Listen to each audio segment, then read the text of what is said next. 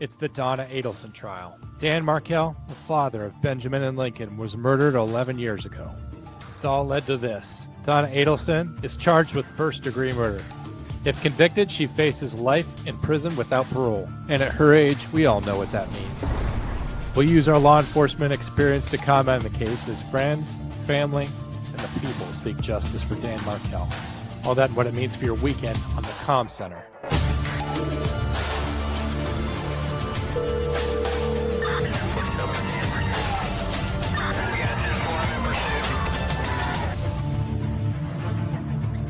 Wake up, America. It's the Comm Center with Drew Breezy. It's a TV show on the internet about two best friends who are called by a small town sheriff to assist him in playing an Uno card game when an anime accident leaves him with permanent color blindness. I'm John. I'm an actual 911 dispatcher. I've been doing this job in my community for 10 years. Joining me, as always, is my podcasting partner with police benefits. That's Andrew Baxter, fake name, authentic cop. Drew, it was day 8 in the Donna Adelson trial. If you had to sum up today's proceedings in one sentence or less, what would that sentence be? I think there are people fighting sleep in the jury, but it's so important. Like the foundation of everything that they're laying out is so. It all came to a beautiful conclusion today, but man, getting there was hard. Yeah, I know it was pretty tough. So so that's kind of like the the experience I can bring to you is when you're a monitor in the wire room, that's your life. Like you're just living in the back of a van, you know? Yeah, right. With the headphone, but you're just sitting there eating, pulled pork and other comfort foods, waiting for the phone to ring. And even when it rings, it's like, sometimes it's just general talk about laundry. So it's not, It's not the glamorous life that I think a lot of it isn't. Folks, we have a whole series of episodes on this channel. If you want to, over the weekend, if you're just missing out on the trial, the Friday didn't do it for you, and you want to get all the Donna Adelson that you can, look through our entire catalog. We have 8 or 9, 10, 11 episodes at this point, which you can binge through. Make sure you hit like, make sure you hit subscribe. That way we don't have to resign in shame. That's what's coming up next for us both. Drew, I had a couple highlights from today before we push on to the topic of the night, which will be the biggest 5 most biggest things that will convict Donna Adelson. For me, and I'll save some of it for the end, but I really like today when we heard tape in which Katherine Magbanua referred to Charlie Adelson as her child's godfather, because both those kids, both the parents are in prison and they don't have any parents. But it's not Charlie Adelson either, because he's also in prison. Yeah, he's got money though. Yeah, that's that. I guess they're on permanent babysitter status or something. I do like also that Charlie Adelson at the end of this whole thing today said that because Lord knows I need a vacation. Yeah, he was he was stressed out, and things only get better for Charlie Adelson. But Drew, I pushed you to put together your top 5 list of things that have gone awesomely in the quest for justice for Dan Markel. And for those of us who are a little bit more cynical about it, those of us who really just want to see Donna Adelson getting what's coming to her, what do you got for us, Drew? Take us through it. All right, we're going to open strong. We're going to talk about Donna's call after the bump, and there's a reason why we're going to talk about this. It was famous from Charlie's trial, but it's even more famous now because the other one that was on the phone with him. Does the defendant remain under surveillance for some time after this? She does. Okay, there's FBI agent Pat Sanford on the stand, by the way, and I think he got a few chuckles during the day because she, being Donna Adelson, was reminded, hey, you got to put those headphones on because you requested them. Because you totally took away what I was going to talk about at the end of the show. I've got video of that. You took it away from me. Hold on a second. Just stick around to the end because it's I'm sure it's a different variation of what I was going to talk about. And Donna's shirt is Candy Striper-esque. And by the way, inspired my wardrobe. No, that's what I thought it was, but I'm going to talk to you. Okay. Okay, so, I'm going to give you I'll have to figure out something. Depends how late you'll be, wherever you are. Well, I'm in Mitch Klein's office on Oakland Park Boulevard. Okay. So I'm right now in Skyline Chili, and I'll be at his office in the afternoon. Okay. So the boys will finish their piano lesson around 4-ish, and they I've got the traffic over there, and they take a ride with them up there. Does Dad know about this? The dad's at work today, fortunately. What's Okay. I can't. Is it IRS? You know, there's IRS people that kind of bother you sometimes, but, you know, fortunately not now. Okay. So I will talk to you. I'll give you a heads up if I'm going to drive up that way. Alright. Okay? And Is Wendi down there? Is it involved Wendi? No. So let me just talk to you later, and if You got the what is it? Is that his health okay? yeah. Alright. Does it involve me or other people? Well, probably both of us. What's that? Probably the two of us. So we probably have a general idea what I'm talking about. Alright. So let's just find some time to talk to each other and take the boys for a ride, okay? You're gonna take the boys up there? Well, maybe they can come home. Maybe we can get here till about 7 once the dad gets here. So it's murder you talked to me today. Me or can tomorrow, and it's important. Alright. And lots of Well, I'll be up at Mitch Klein. This one's a John, there have been people to this point that I'll check the chats of other, like court streams and stuff that are saying, I just don't see it. I just don't see how she's guilty. What? How can you not see it? And today, It's because they were bored. That's why they're not paying attention. yeah, I think today there was a lot of smoking guns like that right there, where she's like, it involves both of us. It Actually. involves both of us. That's the hugest one. Honestly, like there's a lot of things that undermine that I'm sure you're going to get to later. Like when she contacts the undercover and she tells the undercover, like, look, I don't know what you're talking about. You've got the wrong person. You need to, double check this. You probably don't mean to be talking to Donna Adelson. She thinks that like the substance of that conversation is going to save her. So I could see how if someone's not paying attention, they could be like, well, the jury's hearing her say she has nothing to do with it. Well, but the mere fact that she's calling and everything that happened after that. So I know it's tough. And fucking Charlie Adelson never shuts up. Every time I came back to this stream today, I expected the Charlie Adelson phone call to be over. Does this guy have a job? I heard that he was a periodontist, but he just calls Katherine. He just calls his mom and his girlfriend all day long. He's probably quick and effective. There's a degree of what's that called, Stockholm syndrome I'm going through with Charlie Adelson, because I'm telling you, aside from the the whole murder for hire thing where he killed his brother-in-law on behalf of his mom with his mom for a large amount of cash with 2 Latin King gang members, he doles out decent life advice, like to his sister. He has conversations with his mom. He takes advice from his dad. And he was an accomplished periodontist, and he wasn't hurting for his next meal by any stretch. So like all this guy had to do, I think I've said this from the very beginning, was just enjoy all the women that surround him in his harem. He even talked about, John, at one point, Wendi, like, look, you're no spring chicken. And you're not going to win the lottery again. You might, but you're probably not.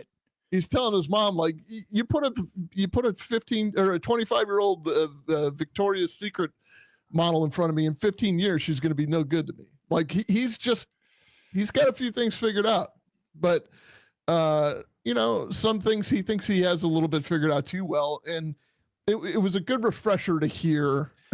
Well, the major thing that he doesn't have figured out is like, so he's super worried that it's the Latin Kings that are going to kill him, that they're the ones shaking him down, right?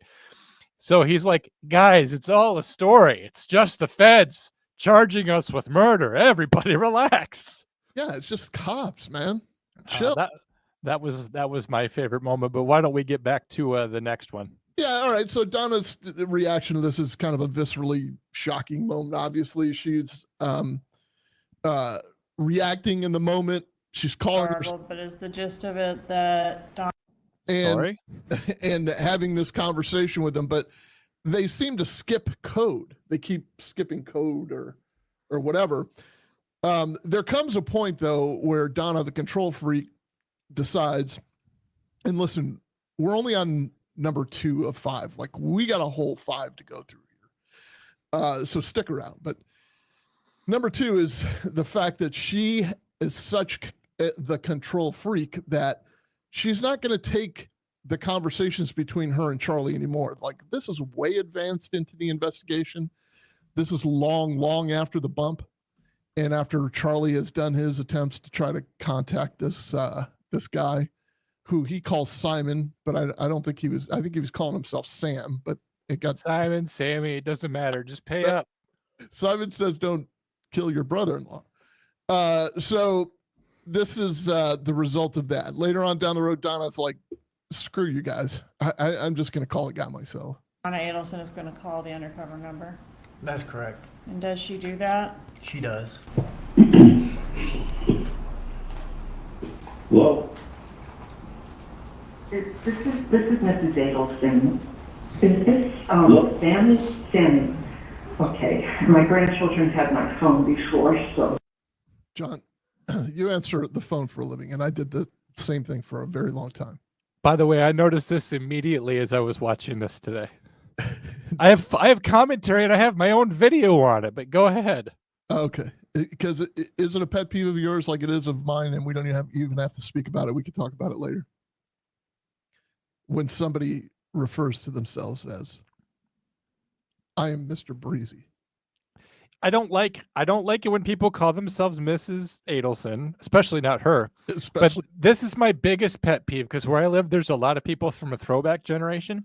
I will ask a female caller her name, and she will say, like it's 1950, this is Mrs. Harvey Adelson. Like, she will use her husband's first name as well. I'm like, and then you know what I do because I don't care? And because I live in the 21st century, I don't judge. I just say, okay, Harvey. I mean, these days anymore, you just never know. So I'm like, okay, Harvey. I always kind of like give it back to them, I hope you never say thank you, Harvey's wife, or I hope you never say like, can you thank you, Harvey's property. Yeah, can you do me a favor and step out of the kitchen for a moment and take the. All right, put the man on the phone. Let me talk to someone who understands what's going on and make an extra sandwich because I get off at midnight. Mrs. Harvey Adelson. Yes, is the man of the house at home. Is the man of the home at house. Senora Adelson? I'm Mrs. Adelson. Yes. My grandchildren had my phone before, so and I just saw that you called. Oh, okay. You left a message on my voicemail. Right, I did. No. This is my problem. You approached me on Alton Road. You handed me an article from the newspaper about my ex-son-in-law. You told me I need to call you and help your friend who is in prison. Now, at the time you did that, I didn't understand what you were talking about. I didn't call you back. Then you mail me a threatening letter. Then you send me a text message to my phone that says I'm not taking you seriously. So I am taking you seriously. And I really want you to listen to me. I'm listening. This is the part right here, Drew. Pause it. So she recorded this herself too, as well, right? It wasn't just the feds recording. So this is the thing that tripped them up, though, is that this nice federal agent, he says, "I'm listening." Dude, Latin kings do not say that. Gangsters do not say, "Go ahead, Donna, I'm listening." Confess it to this microphone. That was the moment where they drew up suspicion, and then at the end, failing to do what we all would do if we were Latin kings, gut them like a fish, cut their tongues out, kill their whole families. The feds didn't do this, so Charlie listened to this and said, "You know what? This sounds like a really nice Latin king. I think he's probably a cop." Drew, you used to run wiretaps. You did these successfully. You got many convictions. Tell me you followed through with at least full on threatening him. Sure. I'll tell you. Yeah, yes. How do you think we got the confessions, John? You threatened him. You just didn't even care, huh? Yeah, that's what everybody thinks. So why not? Why not just confess to it? Yeah. Look, Charlie picked up on a few things pretty quickly. One is there's no threatening tone there. Now, this is a very, I'm sure this instruction may have come from the U.S. Attorney's Office as opposed to the state attorney's office. Well, but Donna is already using it to her advantage. I was scared of the Latin kings, and that's why I was trying to flee the country. So right, and they've completely debunked that. By the way, within a day, when they had the undercover on the stand. By the way, the undercover, he was like, "Yes, I was instructed to be polite. I was polite," and she was like, "Were you polite?" "Yeah." I mean, were you mean to her? Not at all. So there are no threats. Charlie picked up on that. When somebody called, I'm pretty sure it was Charlie. I don't know that we're dealing with that call tonight because that didn't break the top 5 because that's a Charlie issue. Mm-hmm. The first thing this undercover says is, "What's this in reference to?" I mean, it's almost kind of like saying, "Yeah, can you 1065? Because I'm getting ready to write this down in my report." I mean, king.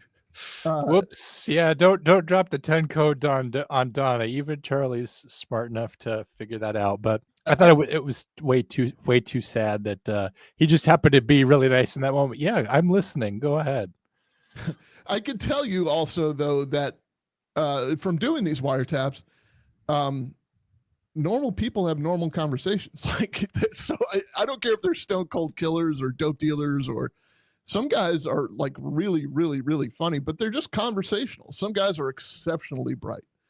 And some of the girls, some of their wives are just trapped in that marriage, and you could tell and all that. So, I mean, I don't think it's too far out of the ordinary for somebody that's a non-cop to say, "What's this in reference to?" But in this investigation, the way it was going, I think that it may have been an error. I don't know. Well, they don't train to make them vicious. Let's go on with it. Yeah, it worked.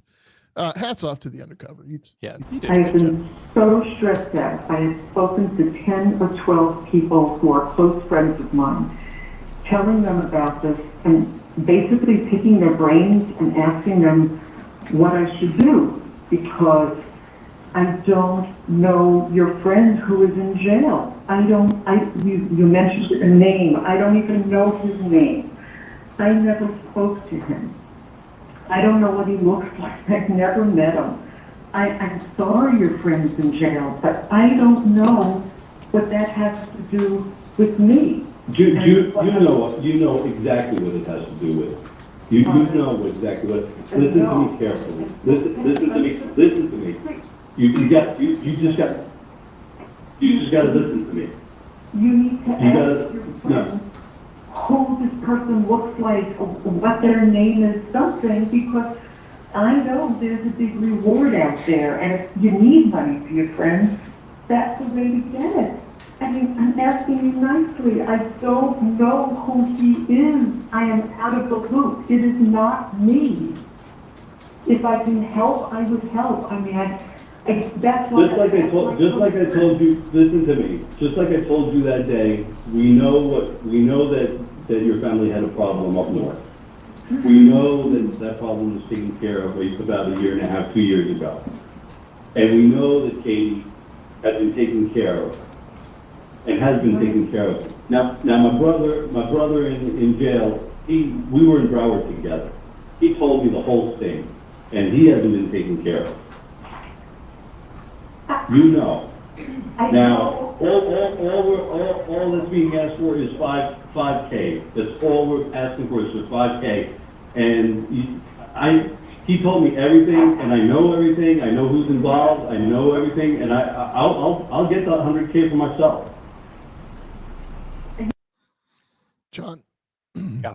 a long time ago, when I first became a detective, there's a legendary story where two cops from two different agencies were trying to convince each other to have some type of relations in a park in the city of Tampa. One was a Hillsborough detective and one was a Tampa police detective. And it seemed that the supervision of both detectives knew what was going on, but they wanted to see what would happen. And that's what I'm picking up here. It was a constant battle of, I know what your next move is, but you know what my next move is. But Yeah. You got to get them to say it is the thing. Yeah, so they are repeating things that they've already done back to each other because both recording this for the entry purposes. They're both kind of dancing around the same knife, and of course, you really, if you're threatening her and she really does think she's under some kind of harm, anything she says might get thrown out at that point because anything said under duress probably not good for admissibility. So yeah, but let's keep going. She takes she takes control of the conversation. It does kind of add layers to her like paranoia and her involvement because she's trying to build the story, but keep going.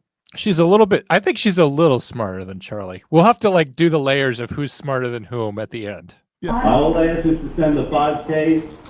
Everybody knows what's going on.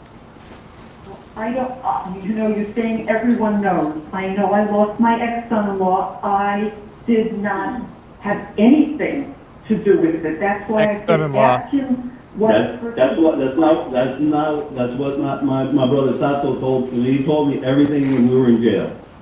He told me everything and who was involved. I know everything. Well, I don't. That's the problem. I am telling you, it's not me. It's not me. I've had a year of aggravation, a year and a half of aggravation over this. My daughter, my grandchildren. John, watch her body language during this because there are a couple times where she starts agreeing with herself. Yeah, It's not she likes it when she's piling on. And when I asked my friends, what do they think? They said, well, this person needs to get a description of you because of what you look like, or it's not me. I don't know who caused this. It wasn't me. I know this is the worst time to ask, but I have to ask you a question about the feds. Yes. Have you worked with quite a few FBI agents before? Yeah. I was on the Secret Service task force for a few years, as a matter of fact. But I worked with plenty of FBI agents. I have a lot of friends that are FBI agents. So you would say this guy's typical, maybe? Very. So do they all have really, really tiny badges, or are they all gigantic men? All right. Yeah, G-man. All right. I mean, I don't know. I'll tell you, just like that day when I talked to you, this is not going away. This is not going to go away. The stuff told me everything. He wasn't being taken care of. He needed the 5K. Send 5K. That's all we were asking for. Don't do that. I don't know who Sato is. You don't understand. We know you don't know who Sato is, but you know who Katie is. And you know the contacts Katie has. And she has, listen to me, let's stop fucking around. Let's stop fucking around. Okay? You know who Katie is. And you know that Katie has somebody that knows Sato. And they took care of a problem for you people. That's just the bottom line. The bottom line is you know who the fuck Katie is. Look, I don't. I'm no more than Mr. No, I'm not fucking around with it. You know who Katie is. You know that they took care of Katie and her people. Nobody's taking care of Tato. I know you don't know who Tato is. No, but we know who all of you are. And this ain't going away. You know what? So I can give you you send the 5K? Here's what you need to do. You need to go and... Don't tell me what to do. I know what to do and I'm doing it. You're looking for money. Get $100,000 or whatever the what do you call it? Whatever the reward is. It isn't me. You have got the wrong person. That's why I said ask your friends, your You're Donna Adelson. Yes, I am. Yes, I am. Well, I know, we know who's involved in all this.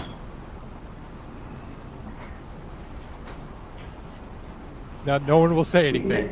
This is not making sense. I mean, if you want the money, you should get it from the police. They can give you a whole lot more than you're asking me for money for someone. I can't do this. I have had too much stress and too much aggravation from this, and I don't know what you are talking about. I just don't know. So when she's saying you could just get the money from the police, like she's hearing herself say it. Oddly, I don't know how she's hearing herself. She has all these hearing issues, apparently. Yeah. Now, Drew, I'm not a cop. I'm just a humble 911 dispatcher. What are the odds that if Oscar Jimenez, the FBI agent, if he screws up really bad during this kind of heated exchange, this battle of wits, what are the odds that Donna can indict him for murder? I think that may be in the being kicked around in the Supreme Court. It's a Mexican standoff. It is. It's like, and he would be like, "Wait, what? You're going to jail." I'm being." And he jumps out of his van, and even though it doesn't make sense, he's inside a larger van. Right. Let's just keep going. I don't know. Good. I think you should talk to Katie. He's like, "Where's my $5,000?" Talk to people that are involved in this. You'll know. You know what's going on. I do not. That's why I'm. You can tell me. You know, Allison, you can tell me all you fucking want, but I know you know. Because I know, because I heard, when I was locked up in Broward with my brother, he told me everything. Everything. He told me everything. I just wanted to take care of him because fucking Katie was being taken care of with her fucking puto.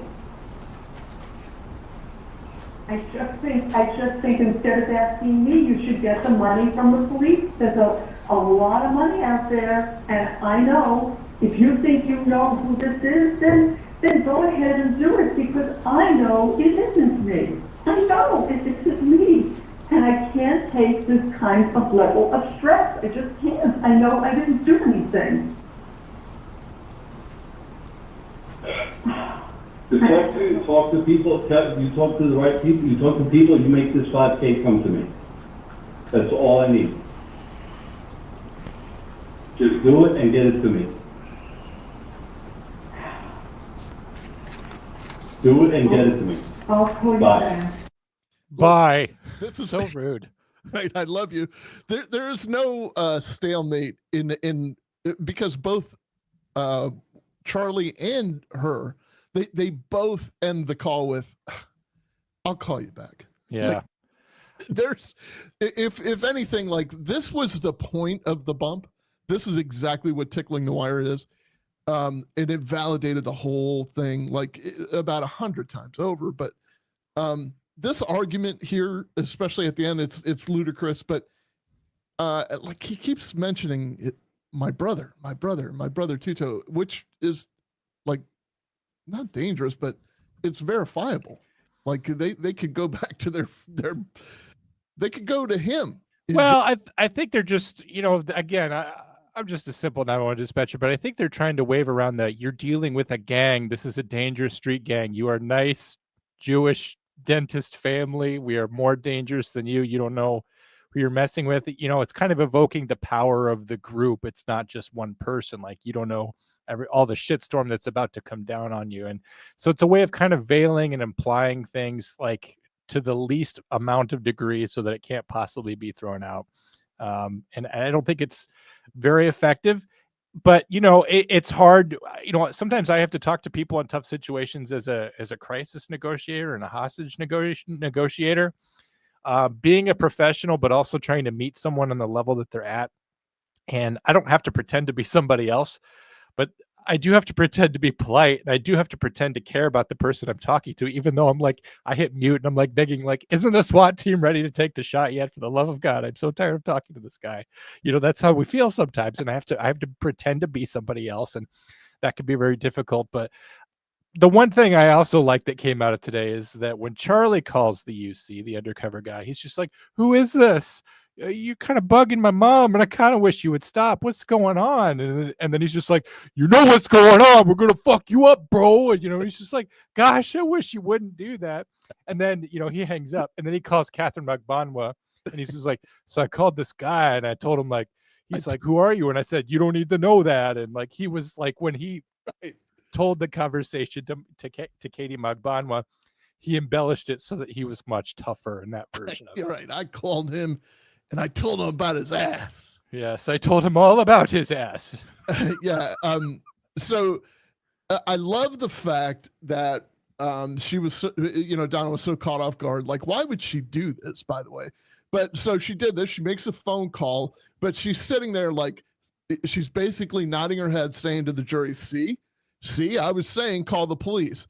And let's see if that can be destroyed in 2 sentences. Does she call back? No, she did not. Does she call the police? No, she did not. All right, so here we go. Robert had one job. Robert is Robert Adelson. He is the black sheep of the family. From what I understand, John, this is how things went down with Robert. He is an accomplished medical doctor. I know there are people that want to argue in the comments about accomplishments. I just feel bad for him because like he's definitely got kind of and I hate to go there, but we got to. He's got the Adelson hair. Yeah, he does. And it just seemed to get worse and worse and worse throughout the day. That was him by the end. I think that I tried to summarize this. I think this is Matthew Modine meets Gazoo from the Flintstones. Was it Gazoo or Kazoo? It was Gazoo with a G, but yeah, it was the season 3 of the Flintstones. It was near the end. It was tough times. It was Harvey Korman. You dumb. I love that. I love Gazoo. I wish I had it because you know what I mean? Like a. Okay, guys, this is a show about a guy who was a detective for 29 years, and he brings his expertise to true crime cases, and he just says he wishes he had a little cartoon Gazoo floating around in real life to give him advice and make fun of him like Harvey Korman. Right. The show is over. I am done.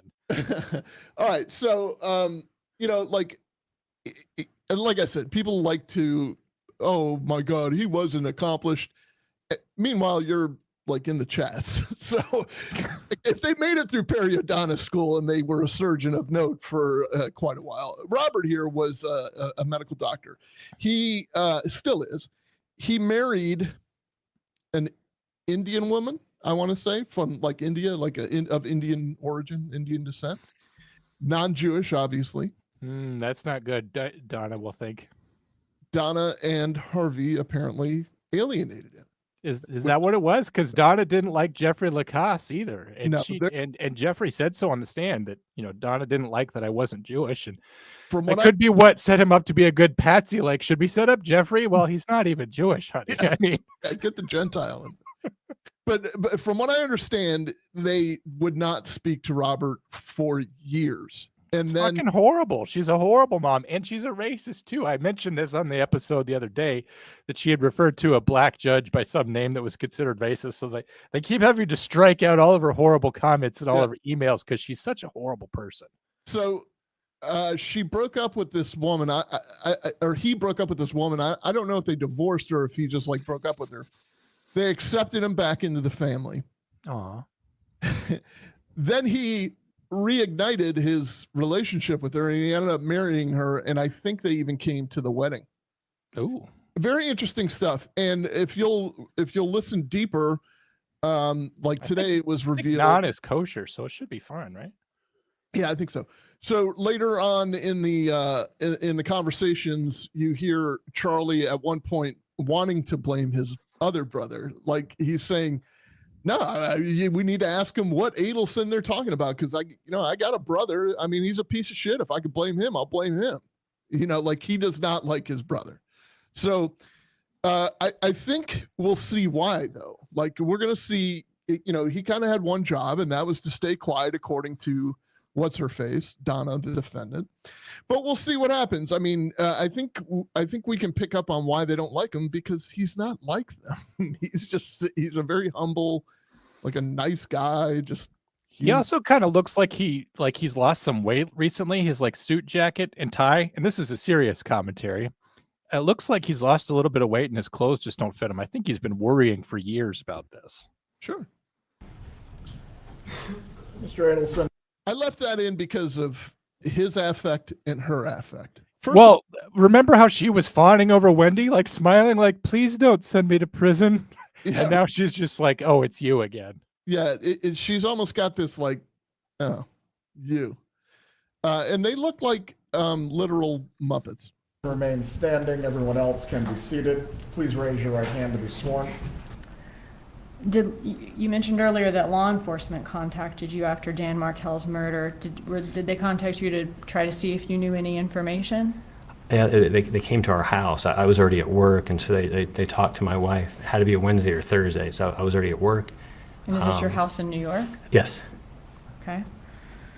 And If I can give you another interviews and interrogations tip, this is when you're having a conversation with a guy like this, and you've got a good baseline about his body language. His rhythm, like his I'm getting rusty in the term. His cadence, his pacing, his tone. So and he's so different from Wendi too. Wendi will like give inconsistent amounts of detail. She'll go on and on and on about like the most asinine thing, but then like she'll be asked a specific question about something to do with Dan Markel, and she'll be like, yes, no. But she has lots of asinine detail about stuff that doesn't matter. Right. So, but he's like filterless. He's almost like that with that speed. Like you ask him a question, he processes it and he answers it. He's not thinking of details to either add for deception purposes or to make himself sound smart. He's just giving you a straight answer. And I enjoy talking to people like this, to be honest with you. But he had, you know, like his one job was to protect the family, and we'll see if he ended up doing that. And did you end up talking to law enforcement and letting them, answering their questions, letting them know what you knew? Yeah, they came to my office the next day, and we with two agents, and we had we had an interview. Okay. After that conversation with, you said it was the FBI earlier, right? Yes. Okay. After that conversation with the FBI, did Donna Adelson ever say anything to you about having talked to law enforcement or the FBI? It was either that afternoon or the next day, but you know, and she had called me and said, you know, just want to let you know, if the police come around, you know, don't talk to them. Okay, so she told you not to talk to law enforcement. Correct. Did you let her know that you already had talked to law enforcement? Yeah, I said I already did. And what'd she say to that? She said, oh, well, you don't know anything anyway. You don't know anything? Record scratch moment. Oh, well, you don't know about the plot to kill Daddy. Anyway, you know what's amazing? Anyway? Just to contrast Robert with Wendi. I thought this was so interesting. He talks about the moment he found out that Danny died, which was the next day. He was at some kind of conference, and he says, I'll never forget the moment. I was at a conference. I was at the Westin. I was in a conference room, and you know, I couldn't take the call right then. And then I got a text saying, there's been tragedy, please call. And he says, and this will always live in my memory. And he can recall in great detail the moment he found out his ex-brother-in-law died.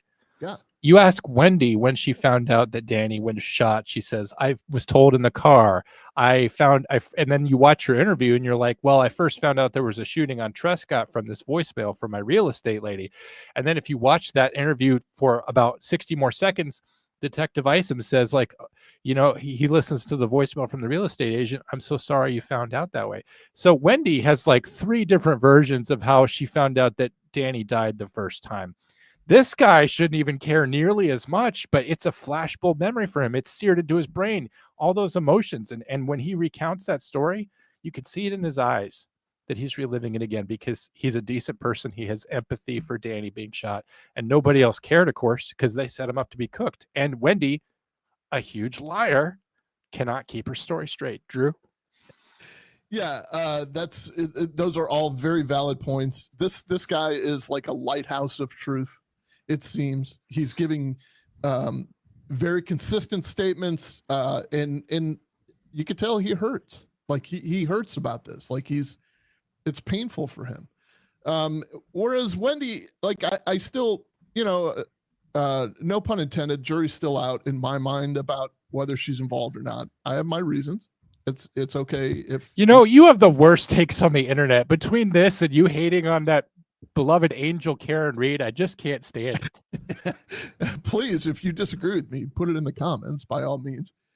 That's definitely not to spark you to leave a comment, but he's just he's a good dude, and Wendi is just kind of like she's got to think of her answer a little bit. She gives a lawyer's answer, he gives a doctor's answer, I guess is the best way to put it. He's very matter of fact, whereas she's very matter of fucking lying.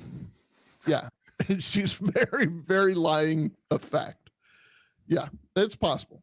Okay, so anyway. Hit play. I'm fine. Correct. Was that an unusual statement coming from your mother?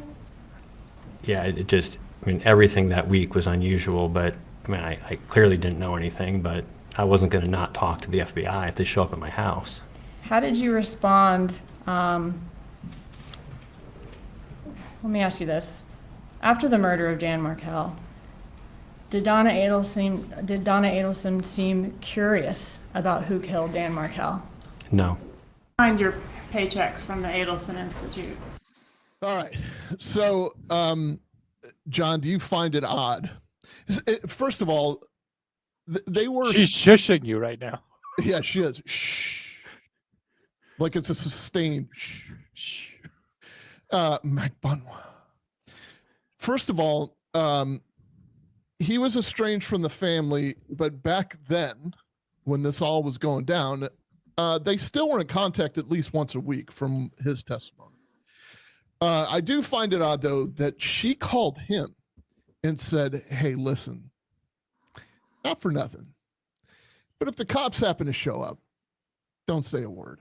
Now, Jackie Fulford, the attorney, thought that she clarified this whole issue by saying, yeah, wasn't that on the advice of counsel? Didn't your parents tell you that, you have an attorney, your family has an attorney, and they told you not to talk to the police? Mm-hmm. But truthfully, he's like, yeah.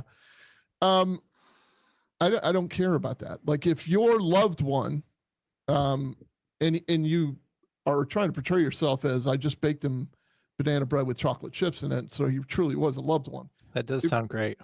If your loved one was just murdered, do you need an attorney? I do understand the fear of talking to the FBI and blah, blah, blah. If you're nowhere near involved in this and you're heartbroken over it, not only will you cooperate, you probably should, as Wendi was trying to do in the interview room, by the way, whether she was lying or not, like that she could have been lying the entire time, but at least she was being cooperative.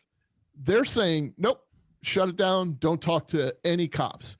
And then they go out of their way to call their son in upstate New York and say, hey, if the cops show up there, ixnay on the ops K, don't talk to them. And he's like, they already came by. And of course, cops were very proactive in this one. I also liked how Charlie's lawyer reached out and said, it started talking about cooperation before anyone had even heard Charlie Adelson's name. But, Drew, when you say, people using attorneys like that's a sign of guilt, I get where you're coming from. That's kind of classic cop think. But to be honest with you, when I'm calling a police officer on the radio and I call them to check their status, whether or not they're okay, if they don't answer me the first 2 times, the third time I key up, hoping the suspect in the car will hear me saying, hey, get a lawyer. You don't have to talk to this guy. Don't consent to a search. Some of us love the Constitution. What can we say? I don't mind you doing that. You hold their feet to the fire. Make them earn it. Look, if you want your attorney there, we have a 502 video history now. You can go back, and I don't think you'll ever find me saying anything untoward about bringing your defense attorney to the interview. like, have at it. I don't care if you got nothing to hide. You know, you're like, I'm just looking for certain questions to be answered. And sometimes if your attorney's there and you can't answer them, you've answered them in my, you know? So, but this was just kind of weird to stonewall a complete, like, he's not even in Florida. He's got nothing to do with nothing. And, you know, she had him read a few emails. Oh no, that was Lacasse. Never mind. That might be coming up later. I don't want to give too much away. No spoilers. So here's Katherine. She brings light to the fact that Donna is a money launderer. Donna Adelson. How many paychecks did you receive? I can't recall. Does 44 sound right? Can't recall. If we assume 44, how many of them were signed by Donna Adelson? All of them. How many were signed by Charlie Adelson? None. Did Charlie Adelson ever tell Just to clarify, she did not have a job. Okay, so Donna is paying her money to not do anything. you, this murder is to benefit my mother? No, ma'am. Did Charlie Adelson ever tell you this murder is to benefit my sister? No, ma'am. But you knew that, didn't you? Yes, ma'am.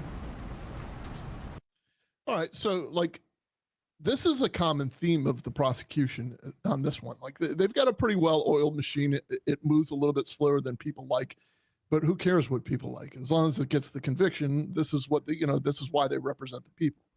But they take the wind out of the sails before the sails can blow the wind. That doesn't make sense. They brought her up and said, "Now, Katherine, isn't it true that you are a fucking dirtbag?" And she goes, "Yes, ma'am." You know, they just said that right out of the gate.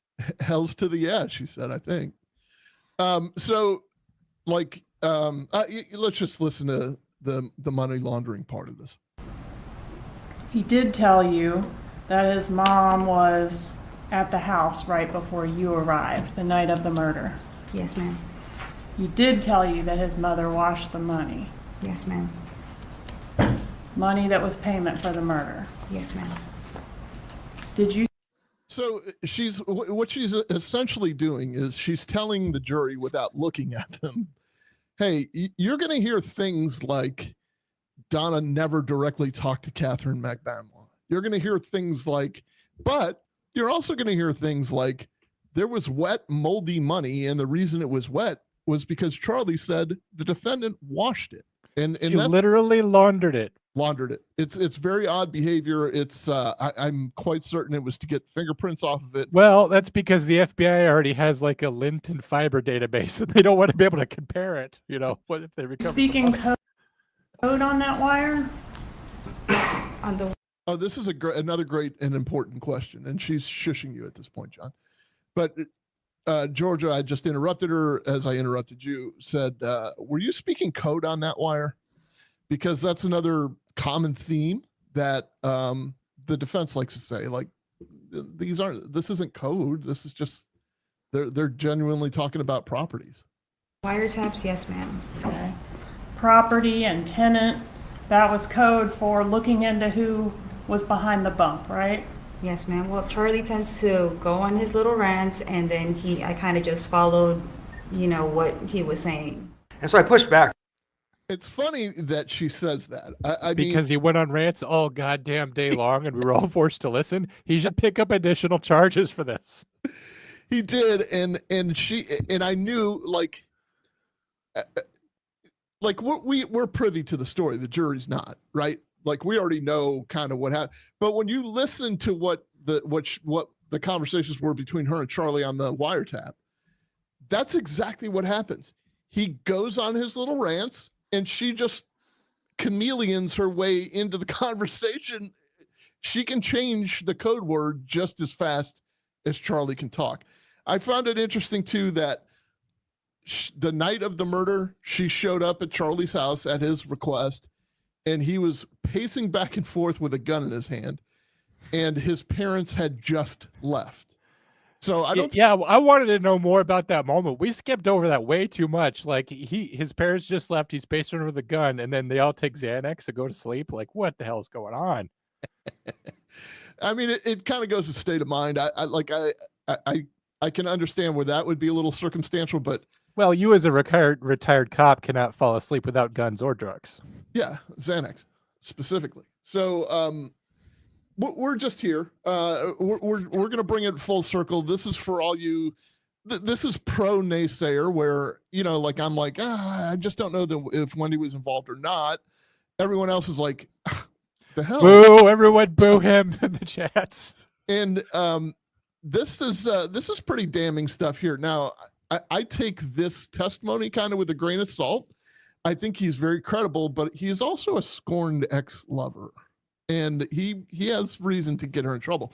There's no explaining this, though, in my opinion. This what he's about to tell you.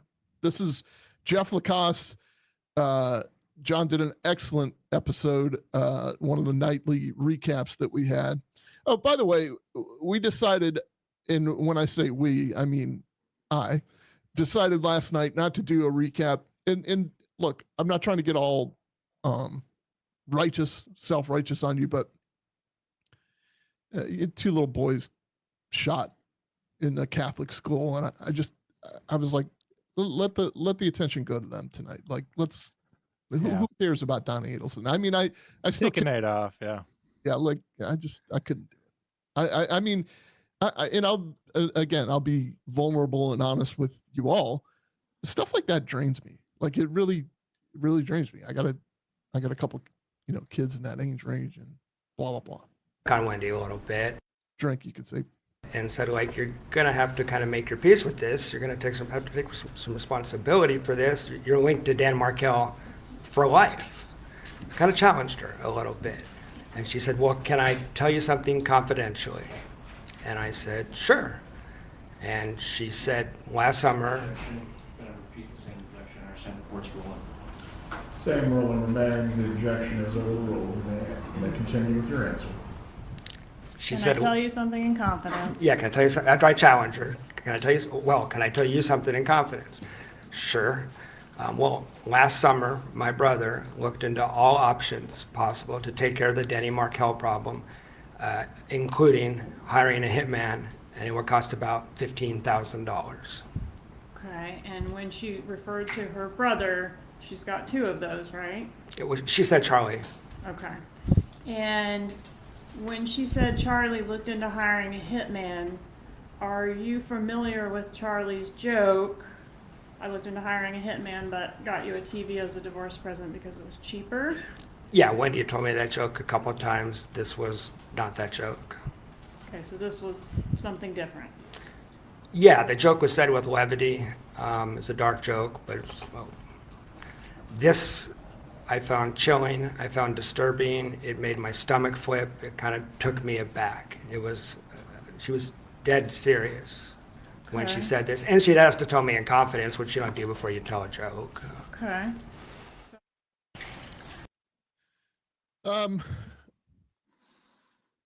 That's hard to explain. And she was asked, by the way, Wendi was on the stand the other day with her use immunity, and they asked her about that. And she's like, I never had that conversation. Like, that's all she has to say. Yeah. Like, if there's no way to verify it. This is why I say, like, okay, there's a lot of circumstantial evidence against Wendi Adelson. There's a lot of stuff like, just suspicious stuff. Like, oh, she drove instead of to her closest liquor store. She also broke up with Danny and said, but let's keep dating for one more week. And what are you doing on Friday? And what are your exact travel plans? As he had just walked away from her. Right. Yeah, it was Jeff, not Danny, but that's what I meant. Could I have some of your DNA, Jeff? Oh, we did get that in the comments. Somebody posited the theory that the whole reason she was headed over that way was to drop off, to plant some DNA, some of Jeff's DNA. Luckily, I think they were joking. Hopefully, I think they were joking, but I thought that was kind of, I was like, that reads like a Hollywood novel, like just like some of the other cases we've covered. Yeah. Those are our big ones. You wanted to, did you have an honorable mention for like the defense's best moment? If it wasn't the Donna calling the UC and saying, I have nothing to do with this, and the jury kind of hearing Donna testify, but not testify, her kind of confronting the FBI agent, kind of staring him down and saying, I had nothing to do with this. That moment where Donna kind of starts nodding and she kind of feels like maybe she finally got a blow back into the fight. Any other honorable mentions for you this week? Yeah, I think we should do a full defense episode. Yeah, but I hate the defense. I do. They're ridiculous. If on my previous breakdown, I absolutely zinged them for their ridiculous diction and their messiness, and the judge standing up and literally screaming at them, "Look through all the paperwork. We will not go home until you are ready." Discombobulated. I'll give you two. She got confused over the diaper bag and the money. She got very confused when Katherine Magbanua was testifying that she took a diaper bag with the note in it, stuck it in the diaper bag, and put it in her trunk. And then also the money went in the trunk in days after. And she's like, "But you said there was a diaper bag." Like they just kept going back and forth in this diaper bag. And I felt bad for Katie. Like she was like, no, it was kind of like, here we go again. Like they're going to charge me with perjury because this bitch is not following the story. So there was that. And then she began flirting with the undercover FBI agent. I thought that was a little uncomfortable. Is that what you miss most about the job, Drew? I do. She's like, "Yeah, it just like, I'm exaggerating a little bit, but she's like, "Yeah, you're just a strapping."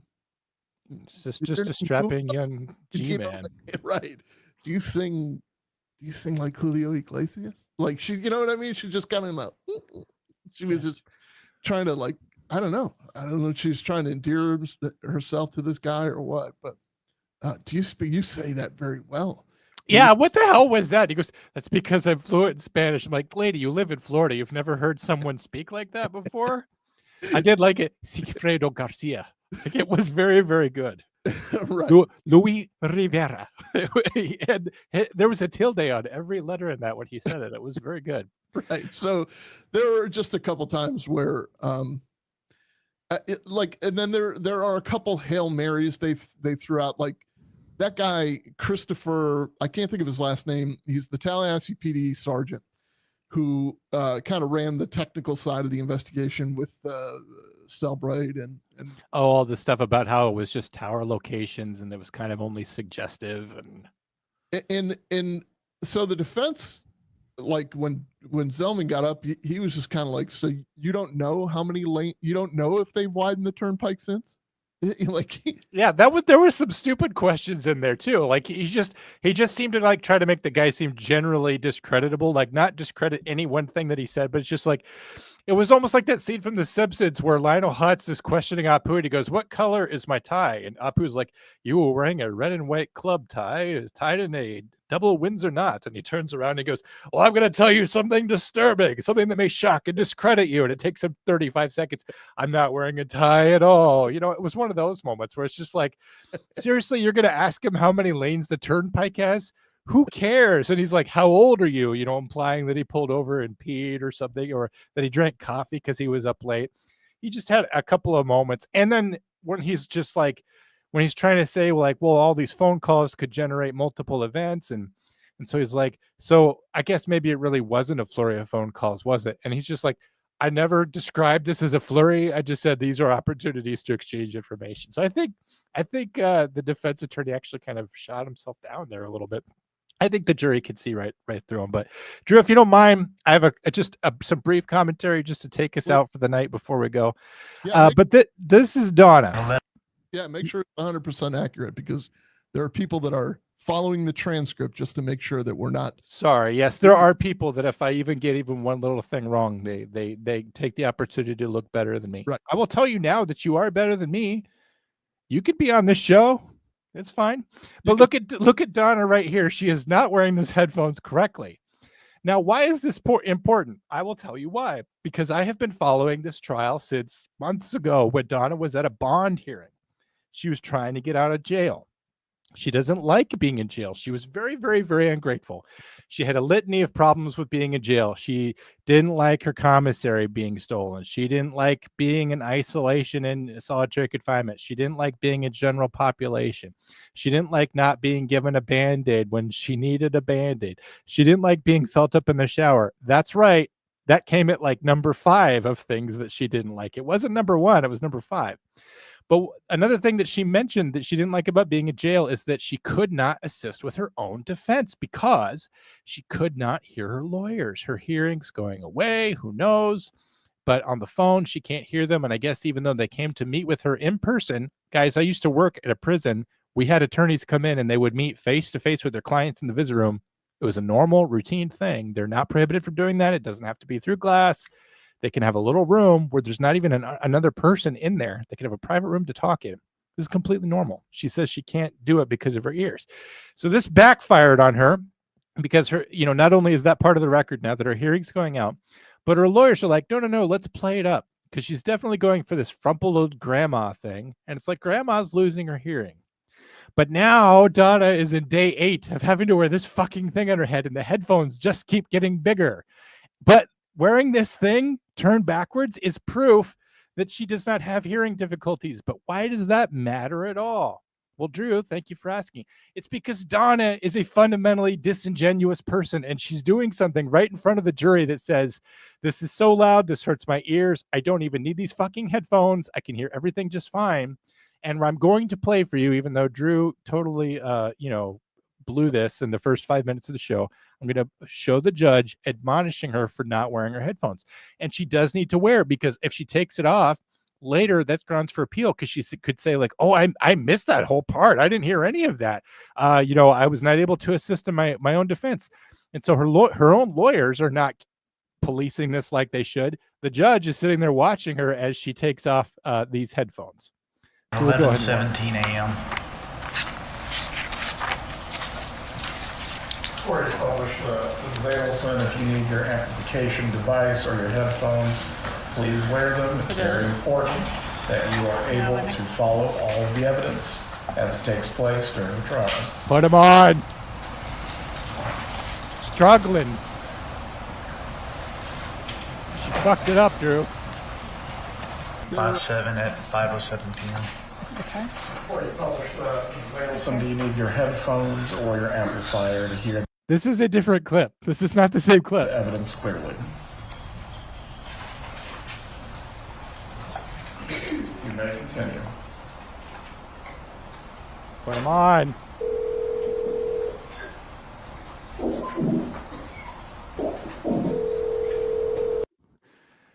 And finally, this is my last clip of the day. This is as the trial was winding down for the day.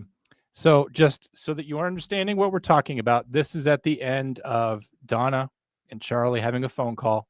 I alluded to this earlier in the show, in which they realize that it is not the Latin kings who are trying to shake them down for $5,000, even though that would not be a big fucking deal, because they obviously have enough money to pay Danny to move away and enough money to pay several people to kill him.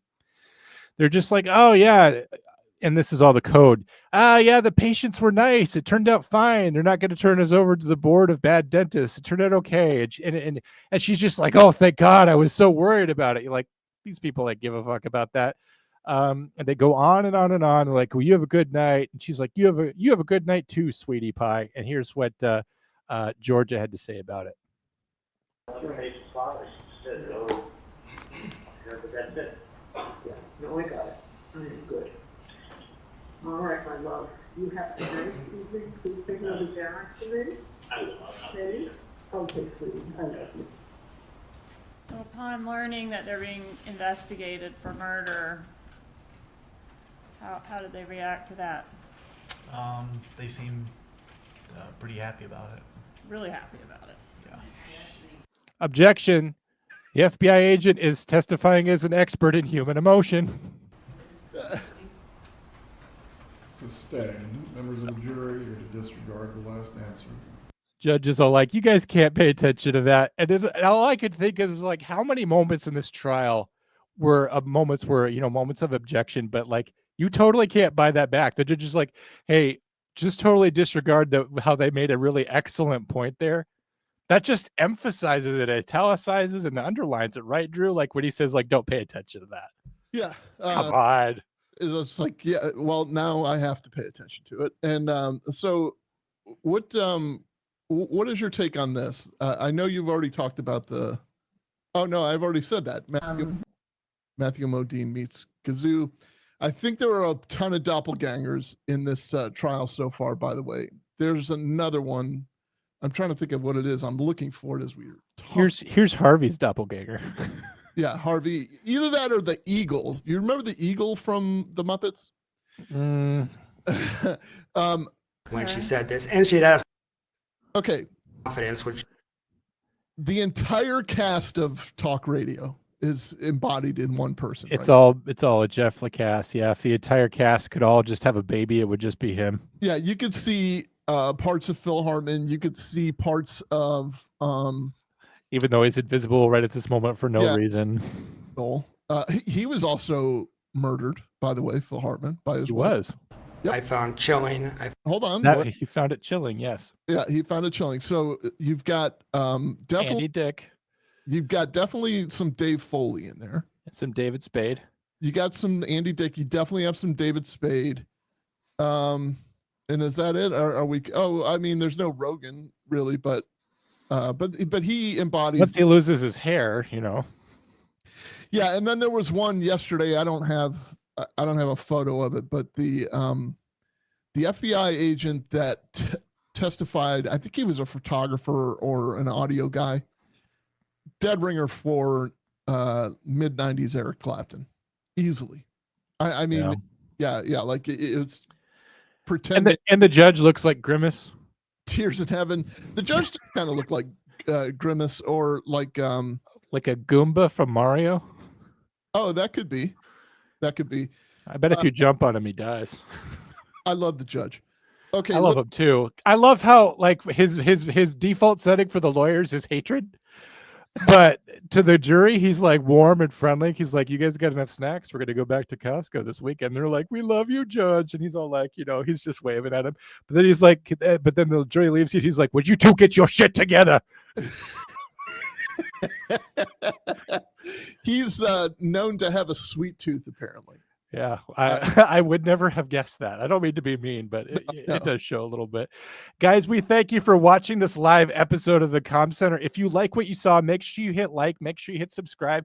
Go back and check out all our other episodes. If you want to see just how wrong Drew can be, go back and watch our entire series on Karen Reed. The worst takes on the internet right there. But if you want to see some of the best takes, make sure you go back and watch all of our Sarah Boone coverage. I heard and she was back in family court this week. I guess she just lost custody of her son finally once and for all. I don't know what happened there, but go watch the Sarah Boone coverage. Make sure you're keeping up with the Comm Center. We got tons of episodes in our library.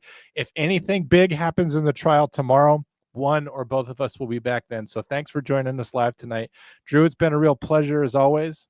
Yeah, I got a couple. I have two things before we go. We have to leave when I say that.